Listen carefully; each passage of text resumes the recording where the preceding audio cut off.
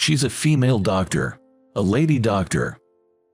If female nurses are the angels in white, then are female doctors, perhaps, goddesses in white. She seems to be around my age, 35, or maybe a bit older. Not bad looking at all. No, far from bad, she had features that were rather appealing to men. However, when I addressed her as doctor, there seems to be no problem at all, she said, without even a hint of a smile, expressionless, scanning through the X-ray and MRI images displayed on the monitor in a rather brusque manner. Using an ambulance. Doctor, the ambulance was called by the other party. Jess, take care.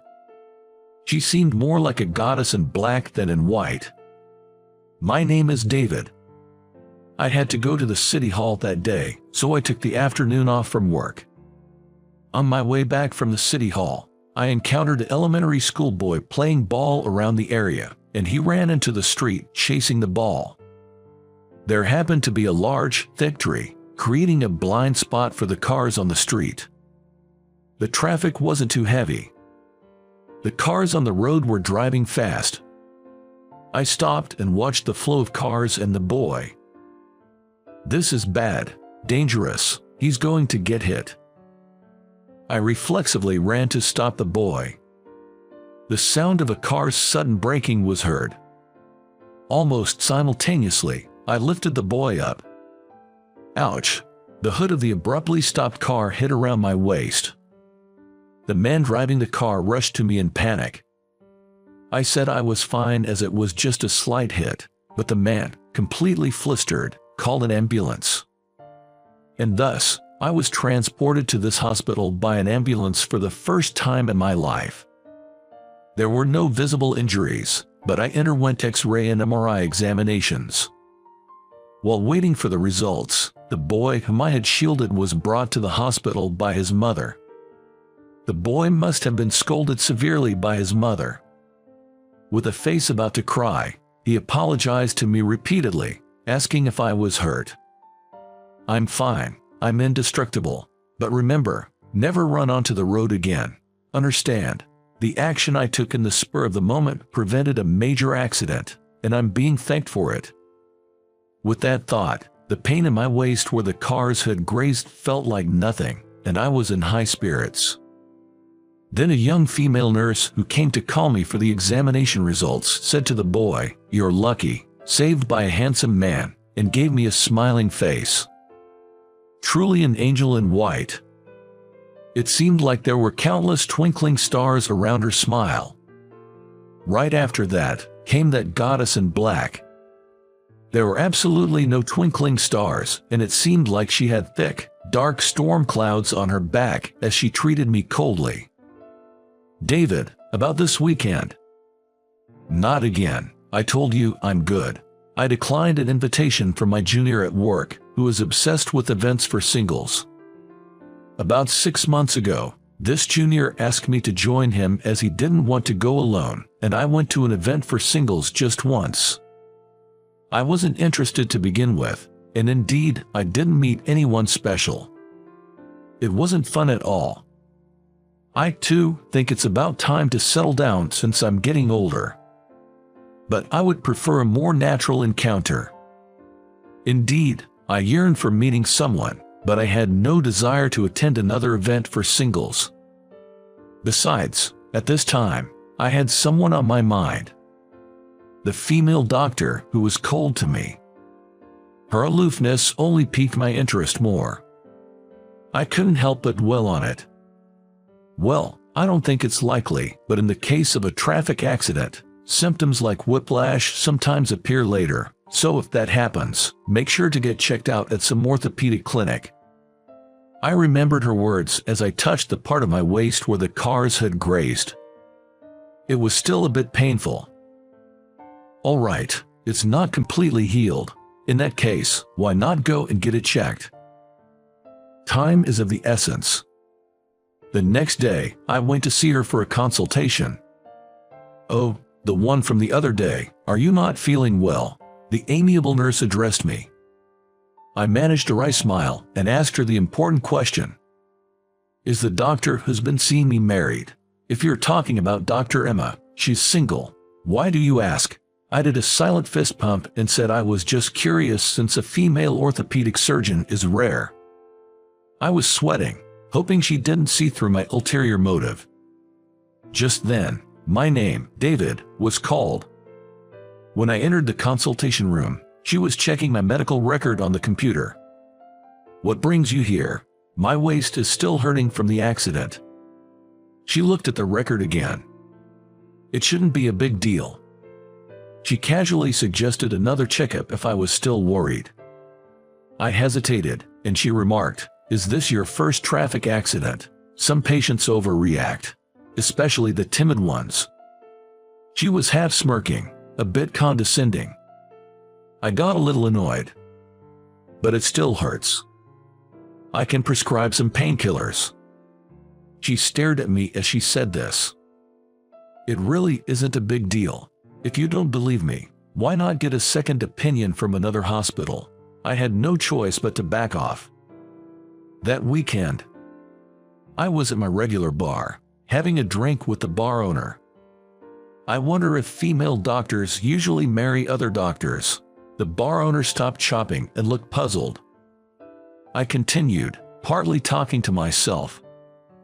They earn more, are smarter, and have strong personalities and high pride. They're out of reach for an average office worker like me. As I muttered, the bar owner asked, "So, you want to date a female doctor?" "No, not at all. It's just a general opinion. Just a general opinion." As I responded, I realized my mind was full of thoughts about her. She doesn't give me the time of day, treating me with nothing but coldness. But the colder I'm treated, the more the fire within me burns. Am I the type of guy who likes such treatment? As I'm pondering this, my phone starts ringing. It's a picture message from my junior who loves matchmaking parties. He sent me photos he took at a matchmaking party he attended that day. Seeing how desperate he was to get married made me feel pitiful, realizing I'm not that different. After seeing the photos he sent, suddenly the idea of drinking alone at the bar seemed less appealing. It had just gone past 7 in the evening, but I paid the bill and headed home. Then, just as I left the bar, a woman's high-pitched voice called out to me. I looked in the direction of the voice and saw a young girl smiling at me. I didn't know who she was. I thought she was calling out to me, but I looked around to see if it was someone else. There was no one else standing still. "How are you feeling?" Then, I finally recognized her. It was that friendly nurse. "Oh, I hardly recognized you. I thought you were just some girl." A white nurse coat is powerful. It can turn any girl into an angel. She also lived around here, so we walked together, making small talk. "By the way, is Dr. Emma always like that?" I brought her up. "Dr. Emma, like what?" "Just between us. She seems kind of aloof and hard to approach." To her surprise, I was the first patient to describe her that way. Not only is she an excellent doctor, but she's also friendly and popular among the patients. I listened while nodding, but I just couldn't accept it. "Well, I'm going this way." I watched the angel without a white uniform walking away. So she's only cold to me. Could it be she's playing hard to get? My thought process was unusually optimistic. The pain in my back disappeared before I finished the painkillers she prescribed, and there was no new symptom. So, I lost the chance to visit her clinic. However, I noticed the chain on my seldom-used bike, parked at the apartment complex, had wristed. I decided to ride it for a test and pedaled for the first time in a while. The chain made some noise, but there were no serious issues. The bigger problem was the flat tires. And the brakes wasn't working well, so I decided to take it to a bike shop. I rode the bike. I reached an intersection. The light was changing from green to yellow. The bike shop was just across the intersection. I was too lazy to stop, So I pedaled into the intersection, and I collided with a turning vehicle perfectly. Thanks to the other car's abrupt braking, it didn't end up in a major incident. I scraped my arm when I fell, but it was just a minor bleed. The leg I band wasn't in much pain either. The female driver who got out of the car went pale and offered to call an ambulance. But I was the one who rode recklessly, and it's just a scrape, so I refused. Afterward, we called the police and dealt with the accident. I didn't get home until the evening. I shouldn't have been riding a bicycle. I should have left the rusty chain as it was. Regret was all that came to my mind. Maybe because of that, I had no appetite and felt down. My mind was foggy, probably exhausted from the police inquiry and stuff. The leg that got hit started throbbing in pain. So, I decided to go to bed early and promptly got in bed. The next morning, I woke up when a sharp pain ran through my leg as I rolled over. I felt nauseous and out of sorts. The symptoms, like whiplash, might appear later in case of a traffic accident. Her voice echoed in my mind. Is this it? Is this what she meant? I have no choice but to go to the hospital. So, I called in sick to work and went to her clinic. How can I help you today?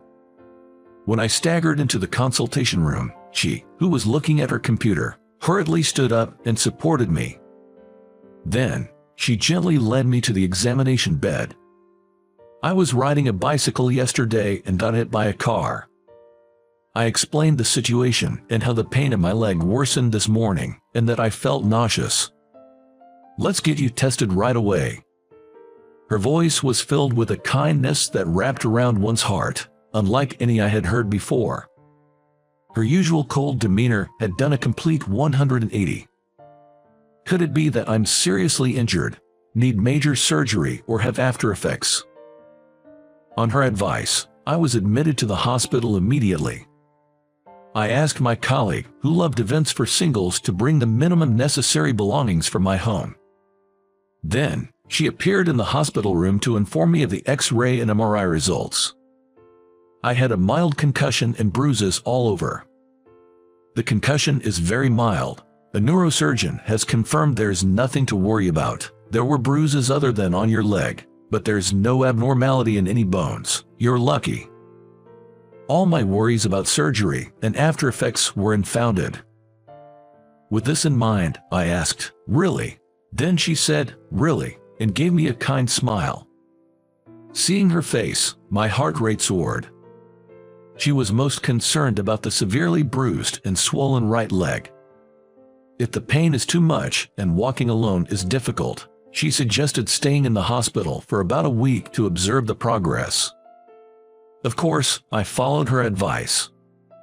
Is the female doctor who just left your assigned doctor, David? When she left the hospital room, my company's junior asked. When I responded yes, my colleague crossed his arms and fell into thought. When I asked what's wrong, he said, "I feel like I've met her somewhere before." My injury was healing well, and I was told I could be discharged as planned. There was no need for any special rehab, but I had to visit the hospital once a month for the time being. On the day of discharge, while I was packing my belongings in my room, she came to see me.